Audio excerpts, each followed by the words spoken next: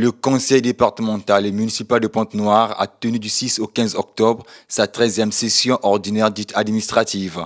10 jours durant, les conseils départementaux et municipaux ont examiné et adopté 3 affaires, notamment sur le projet du budget supplémentaire, le projet de délibération et dénommant le rond-point Nelson Mandela en place du centenaire et le projet de délibération et dénommant le rond-point dit Ilama en rond-point Nelson Mandela.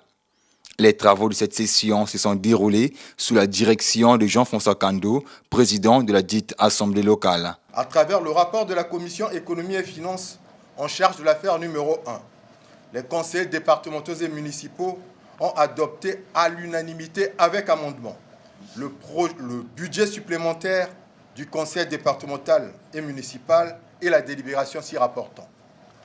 Ce budget est équilibré en recettes et en dépenses à la somme de 17 milliards 900 millions de francs CFA, soit une baisse de 1 milliard 149 millions de francs CFA par rapport au budget primitif 2021, soit moins 6%. Les conseillers départementaux et municipaux ont adopté à l'unanimité sans amendement, à travers le rapport de la Commission aménagement et affaires domaniales, les délibérations dénommant le rond-point Nelson Mandela en rond-point place du centenaire et celle dénommant le rond-point dit Ilama en rond-point Nelson Mandela. Les conseillers départementaux et municipaux ont été informés des dispositions prises par le bureau exécutif, prélude à la célébration du premier centenaire de la ville de Pointe-Noire, notamment la mise en place de la commission spéciale d'organisation. Au terme des travaux, le président du conseil départemental et municipal de Pointe-Noire a félicité les conseillers pour leur preuve de responsabilité en révisant le budget en vue de l'adapter au contexte actuel dominé par la double crise économique et sanitaire. Dans le respect des délais prescrits par la loi, les élus locaux viennent conformément à leur calendrier des travaux de délibérer sur l'ensemble des points inscrits à leur ordre du jour. Je voudrais très sincèrement vous renouveler notre gratitude pour votre encadrement permanent et vos sages conseils. Le rapport d'activité présenté par le bureau exécutif et le budget supplémentaire ont mis en évidence nos forces et nos faiblesses. Si des avancées certaines ont été enregistrées et réalisées, il y a lieu de reconnaître que beaucoup reste à faire et le chantier en notre présence commande de la prudence. Il nous faut redoubler d'efforts, surtout dans le recouvrement des recettes du ressort de la municipalité.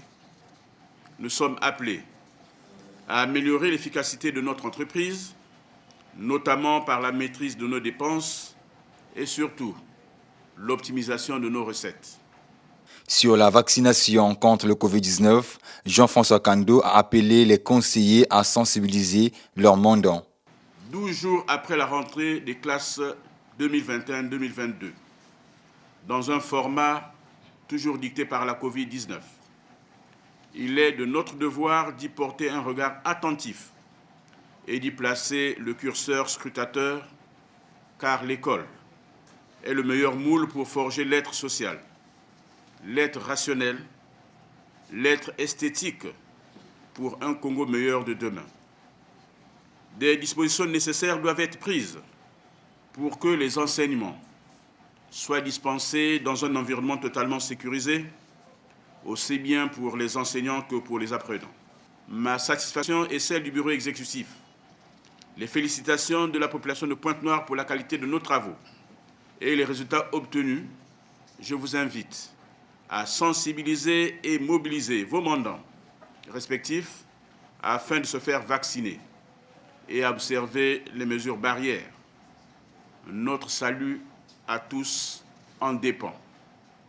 C'est sur les maîtres mots submentionnés que je déclare close la 13e session ordinaire dite administrative de notre Conseil. Vive la ville de Pointe-Noire, vive le Conseil départemental et municipal. Mesdames et messieurs, j'ai dit. Au cours de cette session, les conseillers départementaux et municipaux ont été informés des dispositions prises par le bureau exécutif, notamment la mise en place de la commission spéciale d'organisation sur la célébration du premier centenaire de la ville de Pointe-Noire.